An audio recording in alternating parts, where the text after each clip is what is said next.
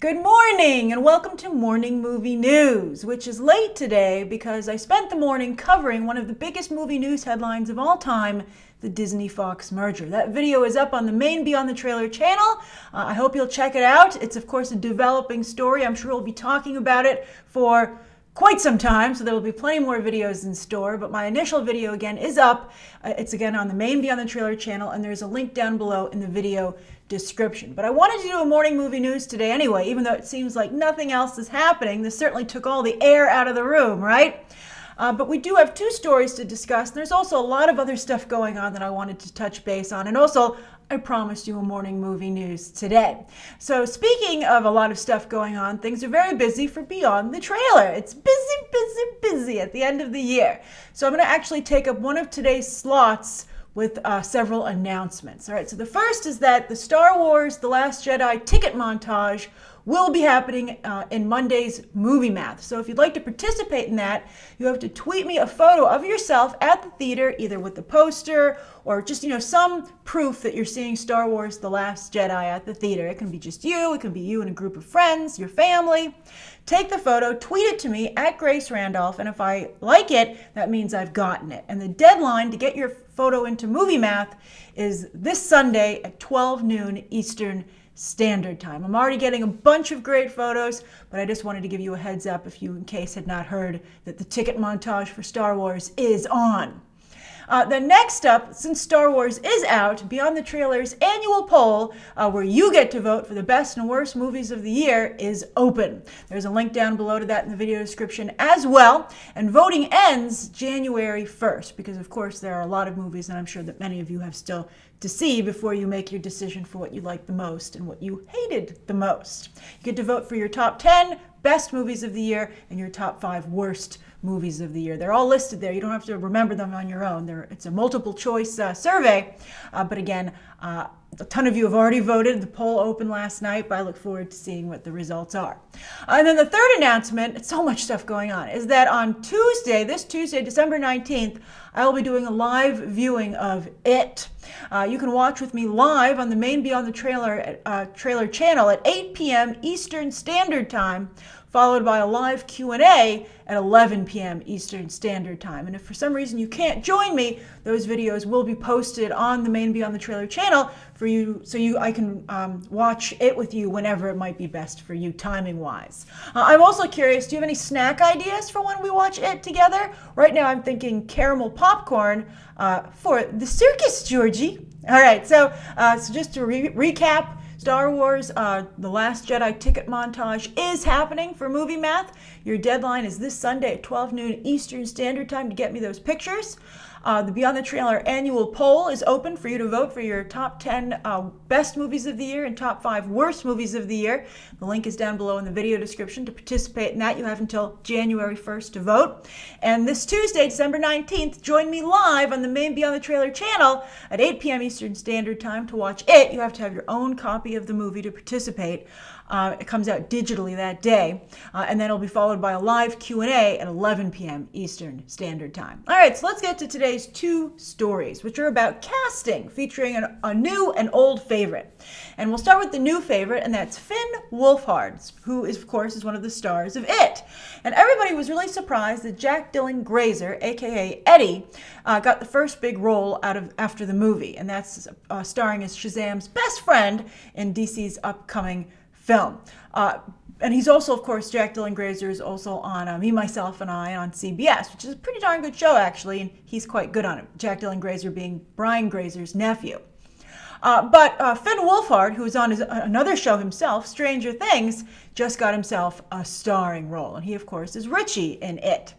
But Finn has been picked by It producer Roy Lee, no less, to star as one of the kids in a remake of The Turn of the Screw. Now, I've actually seen a theatrical staging of this. I think it might have even been an opera of it, but it was quite good. It's a good ghost story. Basically, the setup is that a nanny is hired for 2 orphans at a country mansion, and look out, it's haunted. And I believe that the ghosts want to possess the kids. And so that's kind of the storyline there. And Mackenzie Davis has been cast, most recently seen in Blade Runner 2049, as the prostitute. I don't want to give anything away if you haven't seen that movie yet, but she will play The Nanny. Behind the camera, Roy Lee is at it again. Very savvily put together film he has here. He is melding two trends into one, and that's a foreign director and a female director, as Italy's Floria Sigismondi will helm the picture. She's not writing it, though. She has made one somewhat well-known film before, which she wrote and directed, and that's 2010's The Runaways. That's that Dakota Fanning, Kristen Stewart music movie you might recall. But for the most part, she's made her name directing music videos. And she's also done some TV lately, an episode of Daredevil, 2 episodes of The Handmaid's Tale, an episode of American Gods over there. You know, not a lot, but enough to keep her in the game, and now she has another opportunity. So that's great. I'm glad to see, you know, it's interesting. The whole cast of child actors from It is fantastic.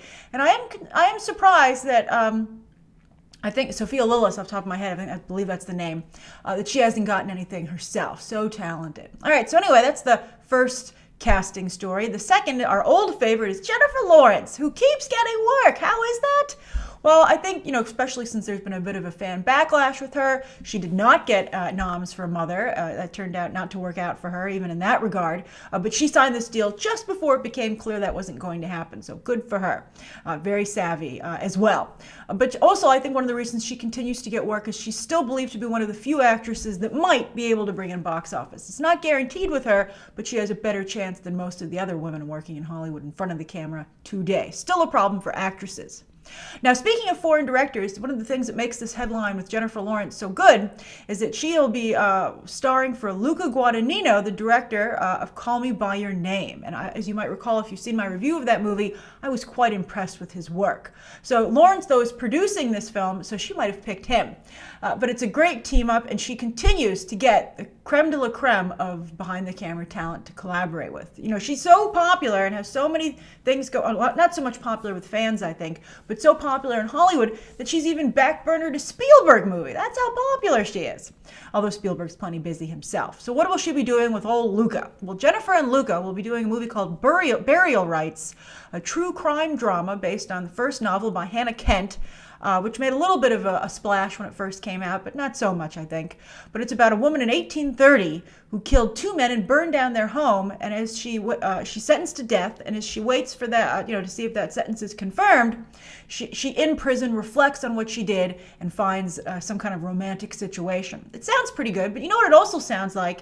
It sounds a heck of a lot like Alias Grace on Netflix, which is basically the exact same story. That's a superb series. It's very good. I believe it's a Canadian television show, which Netflix aired. It's excellent. The story actually takes place in Canada. And it's based on a book by Margaret Atwood, who, of course, is really popular right now because she wrote The Handmaid's Tale, which has become an even hotter series. I'm surprised they would basically remake Alias Grace with Jennifer Lawrence and Luca Guadagnino. And it's unfortunate because Alias Grace, again, is so well done. And I highly recommend you watch that. But you might not want to now, considering Jennifer Lawrence and Luca Guadagnino are making basically their own version of that, even though it's not the exact same story. But who knows if it'll get made? Just because the deal is signed doesn't mean it'll move forward. Just ask Spielberg and his Jennifer Lawrence movie.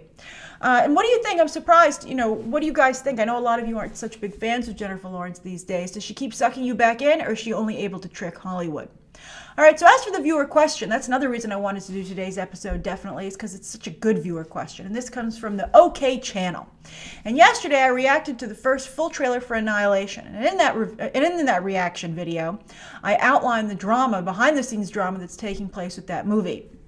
And that producer David Ellison is very unhappy with the ending of the film, and that he feels that Natalie Portman's character is unlikable, but the director-writer Alex Garland of Ex Machina fame refuses to change it. So David Ellison and Paramount's reaction to that was that while Paramount will release the film theatrically in the United States, Canada, and China, everywhere else it will play on Netflix. And Alex Garland's none too happy about that. But I guess the deal's already signed, but he's not so unhappy that he's not willing to go back and change the ending and Natalie Portman's character. Although, as we discussed in my video, my reaction, the teaser and the new trailer for this look so good, I think a lot of us wouldn't want him to change it. So anyway, the OK channel said, but if you produced it, why would you want it to fail in terms of the movie? And I thought that was a great question, so I wanted to explain the situation. So often movies don't turn out as expected. So when a producer agrees to produce a movie and to get the funding for it and distribute it through his or her distribution deal with the studio, they don't always get the movie they agreed to make and distribute.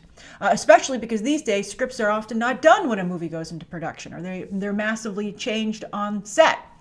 So David Ellison, when he looked at the cut that Alex Garland presented him with, he was like, this isn't what I had in mind. And Alex Garland refuses to change it. Now sometimes, some people responded to the OK Channel's question and says it's vengeance. And Harvey Weinstein, who of course is now notorious for much worse things, but you might recall in Grace of Monaco, he and the director, the Vie and Rose director, that film that made Marion Cotillard famous, they couldn't agree on a cut of Grace of Monaco. So that film was delayed for a very long time, and Harvey Weinstein ended up dumping it on Lifetime and ruined that director's career. So that, of course, was a case of vengeance. But although nobody saw it on Lifetime and was like, wow, this is really good, it's too bad it didn't get a theatrical release. But anyway, but also it took so long, I don't think anybody cared at that point either. But I think that David Ellison isn't coming from a vengeful place. I think he's just trying to have the movie succeed financially. He has a business obligation to his investors and to his company, and to some degree to Paramount. So that's something, while he has creative obligations to Alex Garland and to the audience, and just his reputation as a producer of movies, he does have financial responsibilities as well. So I think he sees that on the current path, this movie isn't going to make any money, and he doesn't want to throw more money after bad, because it's very expensive to release a film theatrically. It's very expensive not only for the actual theatrical release, but to publicize said theatrical release. It's costly. But then there's Netflix, which is an option now, where they can reach millions of viewers at no cost to Netflix. They just have to put it on the streaming service, and that's often all they do. They don't spend a lot of money on advertising whatsoever. They can just tweet it out, and they can just put it on the home page when people log in, the home screen when they log into Netflix. So that costs Netflix nothing. That brings the cost of, and there's no distribution. They're just uploading it to the server. So there's no distribution fee. So that brings the costs down on that end. And it also means there's no cost to the viewer to watch it. They watch it as part of their already paid subscription fee. So David Ellison probably feels, well, I've brought down now the distribution cost significantly, and now that it costs the viewer nothing to watch it, maybe more people will take a chance on a film from Alex Garland that stars Natalie Portman and other popular actresses today. So basically, again, David Ellison has brought down the costs significantly for the film, and he's created a situation where there's a potentially a much higher reward. So that's what I think David Ellison is thinking. I don't know if he's correct, though, because as I said in my reaction, Inception did very well, and as many of you pointed out, Arrival did very well as well. And Arrival had a lot of problems, and I think was very inaccessible. And I don't know how many people who walked out of Arrival had a great time. I didn't like it. I know a number of people who didn't like it, but a lot of people did like it, and it did very well financially, and it was nominated for a number of awards. So that's a win. And so I think that David Ellison and Paramount should have rolled the dice with Annihilation, but we'll see what happens with the plan that they have chosen, the path that they have chosen. So anyway, great question, the OK Channel. Thank you everybody for tuning in today. Please write down below, I think, today's two stories, the OK Channel's viewer question, and of course, don't forget those 3 announcements at the beginning of the video. All right, thanks so much for watching, and you can check out some more videos right now.